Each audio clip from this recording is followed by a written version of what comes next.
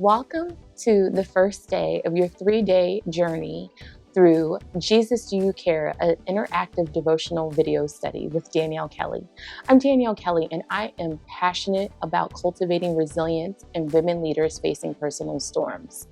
Many of us are leading in our churches, in our homes, and in our workplaces. And as leaders, we're often pouring out to people. We are often shepherding others through their trials and tribulations. But what happens when we're in a storm? What happens with us? Who shepherds us? Who walks us through? Who guides us through our storms? Who points our weary hearts back to Jesus? Despite all of our knowledge as leaders and our experience, it can be hard for us to locate Jesus in our personal storm. And we might be left asking, Jesus, where are you? Do you even care? And I want to share 3 ways that we can locate Jesus' compassion for us in our personal storm. And each day of this devotional study, you'll find that I'll have a video for you, and then I'm going to have you go through a devotional guide where you can process journal style what I discussed in this video and how to locate Jesus through each one of these points. So on our first day, I want to share with you the first way we can locate Jesus' compassion for us in our personal storm.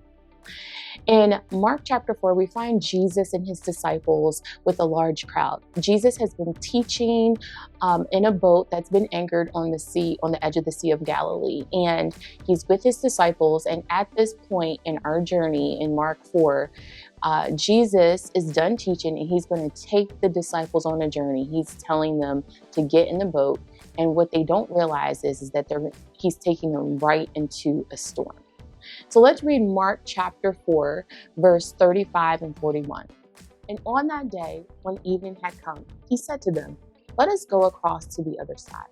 And leaving the crowd, they took him with them in the boat, just as he was. And other boats were with him. And a great windstorm arose, and the waves were breaking into the boat. So the boat was already filling, but he was in the stern, asleep on the cushion. And as they woke him and said to him, "Teacher, do you not care that we're perishing?" And he awoke and rebuked the wind and said to the sea, "Peace, be still." The wind ceased and there was great calm. He said to them, "Why are you so afraid? Have you still no faith?" And they were filled with great fear and said to one another, "Who then is this that even the wind and the sea obey him?"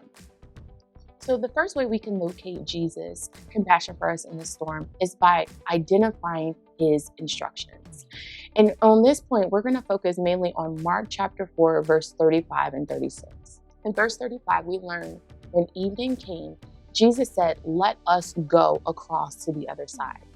They left, meaning Jesus and the disciples, they left the crowd and they entered the boat. If we're not careful, we can skim over these details and move on. The disciples didn't know a storm awaited them, but Jesus did, and he could have told them about the storm. He could have said, "Listen, we're going to get in the boat, we're going to go to the other side, but listen, there's going to be a storm, and you're going to freak out, but don't worry, we're going to make it to the other side." He could have given them the details of the journey, but he decided not to. He simply said, "Let us go across to the other side." Jesus does not mention or emphasize the coming storm. And you might think, why not give them the heads up, Jesus? Because in his compassion, Jesus wanted the disciples to know a few things. First, he wanted them to know that they were going to make it to the other side. He's like, "You're going to make it." The second thing that he wanted them to know is that they were going to pass through the sea. The sea was not their final destination. It was just the passageway that they needed to use to make it to the other side. And it was not a place that they would remain or stay. And he wanted them to know that he was going to be with them. He said, "Let us." They were not going by themselves, and he was going to be with them and he would stay with them. When we're in the thick of a storm, we can forget God's instructions to us. If we're a follower of Christ, we are going to heaven. We know our final destination. And Jesus also instructed us in John chapter 16, verse 33.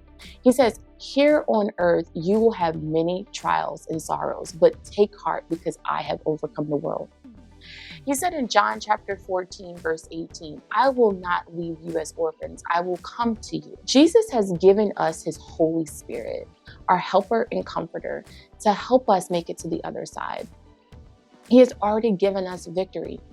We must remember this when we're in a storm, that the storm is not our final destination, that we're not meant to dwell in the place of the storm, but the storm is necessary for us to make it to the other side. The disciples didn't know what awaited them when they reached the other side. Jesus did. Jesus knew that when he stepped foot off the boat, that there was going to be a man in trouble, a man that had been in bondage for many years, a man that had an unclean spirit that caused him to live in the tombs and cut himself. He needed deliverance. That was waiting for them on the other side, and the disciples didn't know that, but Jesus did. The disciples didn't know that the storm was a necessary part of their journey.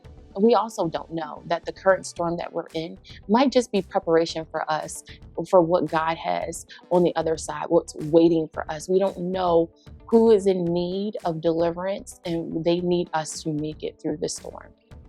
So the first way that we can locate Jesus' compassion for us in the storm is to first locate his instructions.